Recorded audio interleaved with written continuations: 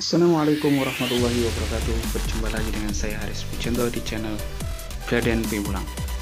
Pada kesempatan ini akan saya jelaskan tentang histogram dan poligon. Baik teman-teman, sebelum kita membuat histogram dan poligon, kita harus tahu dulu apa itu histogram dan apa itu poligon. Histogram adalah penyajian distribusi frekuensi menggunakan diagram batang tegak. Kemudian untuk poligon adalah grafik yang terbentuk dari setiap titik tengah sisi atas histogram yang dihubungkan dengan garis. Selanjutnya saya berikan tabel, ya, contoh tabel. Ini tabel distribusi frekuensi. Nah, kemudian itu ada nilai di masing-masing kelas interval. Kemudian ada tepi bawah. Ya, ada tepi bawah. Kemudian ada XI atau nilai tengah dan frekuensi. Nah, bagi teman-teman yang belum paham bagaimana menentukan tepi bawah dan nilai tengah, bisa lihat di video sebelumnya. Di sana saya sudah jelaskan bagaimana cara menentukan tepi bawah masing-masing kelas dan nilai tengahnya. Selanjutnya, dari tabel ini nanti kita akan membuat histogram dan poligonnya. Nah, untuk bentuk histogramnya sebagai berikut, ya. Jadi histogram itu adalah yang berbentuk diagram batang. Contohnya seperti ini. Kemudian perbedaannya antara diagram batang dan histogram itu adalah di titik sumbunya, ya. Kalau di histogram itu berhimpit. Jadi tidak ada jaraknya, tetapi di diagram batang itu ada jaraknya. Karena apa? Karena di histogram itu sebagai batasnya adalah tepi bawah masing-masing kelas. Sehingga antara batang yang satu dengan batang yang lainnya itu tidak ada jaraknya, ya, atau berhimpit. Seperti itu. Nah, itu batasnya menggunakan tepi bawah masing-masing kelas. Kemudian yang garis merah, ya, garis merah yang menghubungkan antara titik tengah masing-masing histogram ini. Nah, ini yang disebut dengan poligon, ya. Jadi suatu grafik yang berbentuk garis yang menghubungkan antara titik tengah masing-masing kelas. Nah, ini disebut dengan poligon. Oke, sudah paham ya? Apa itu histogram dan apa itu poligon. Dan untuk selanjutnya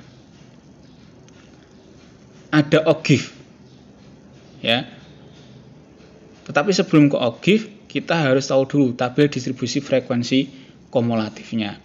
Nah, tabel distribusi frekuensi kumulatif itu adalah seperti tabel distribusi frekuensi biasa, tetapi untuk frekuensinya itu dijumlahkan satu per satu, ya, antara kelas yang satu dengan yang kelasnya itu dijumlahkan sehingga membentuk distribusi frekuensi kumulatif. Nah, contohnya seperti berikut. Ini ada nilai, kemudian ada frekuensi. Nah, dari sini kita buat tabel distribusi frekuensi. Nah, tabel distribusi frekuensi kumulatif ada dua. Yang pertama adalah tabel distribusi frekuensi kumulatif kurang dari. Ini sebagai nilainya adalah tepi atas masing-masing kelas. Ya, tepi atas masing-masing kelas. Contohnya di kelas pertama itu tepi atasnya adalah 122,5. Kemudian dilanjutkan di kelas kedua itu ada 125,5. Kemudian kelas 3 128,5 dan seterusnya. Ini diambil dari tepi atas masing-masing kelas. Kemudian untuk menentukan frekuensinya, kita lihat nilai yang frekuensi yang kurang dari 122,5 berarti di kelas pertama. Nah, kelas pertama itu frekuensinya berapa? Ya, frekuensinya adalah 7. Nah, berarti yang pertama kita tuliskan dinilai yang kurang dari atau sama dengan 122,5 adalah 7. Kemudian di kelas kedua yang kurang dari sama dengan 125,5.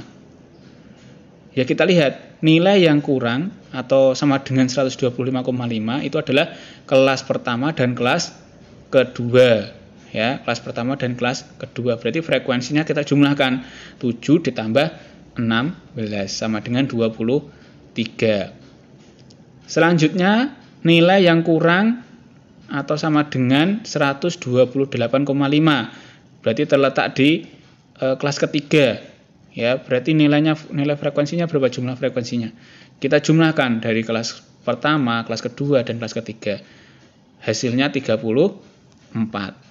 Selanjutnya nilai yang kurang atau sama dengan 131,5 ya berarti kita jumlahkan dari yang kelas pertama tadi 7 tambah 16 ditambah 11 kemudian ditambah 1 ya, itu untuk frekuensi di kelas keempatnya. Kemudian untuk frekuensi yang nilainya kurang dari sama dengan 134,5 tinggal dijumlahkan dari kelas 1, 2, 3, 4, dan 5. Dan yang terakhir juga sama, caranya seperti itu ya. Ini adalah cara menentukan tabel distribusi frekuensi kumulatif kurang dari ya. Nah, kalau dilihat ini nilainya semakin naik ya, dari 7, 23, 34 dan seterusnya sampai dengan 40. Ini untuk frekuensi kumulatif kurang dari. Yang kedua adalah tabel distribusi frekuensi kumulatif lebih dari. Nah, untuk nilainya yang lebih dari ini menggunakan tepi bawah. Ya, kalau yang atas tadi itu tepi atas. Oke, untuk kumulatif kurang dari itu tepi atas, tetapi untuk kumulatif yang lebih dari ini menggunakan tepi bawah masing-masing kelas. Nah, contohnya kelas pertama itu adalah lebih besar atau lebih dari sama dengan 119,5. Nah, itu nilainya berapa? Yang lebih dari 119,5.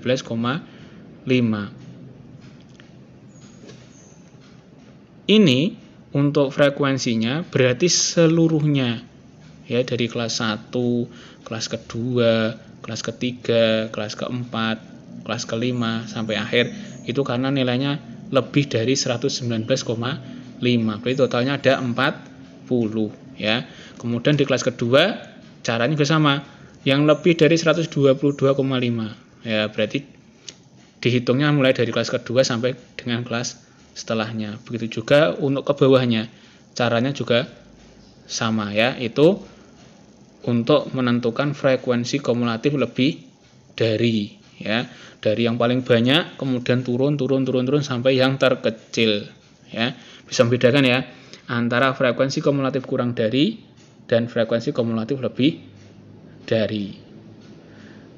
Oke, itu cara untuk menentukan tabel distribusi frekuensi kumulatif.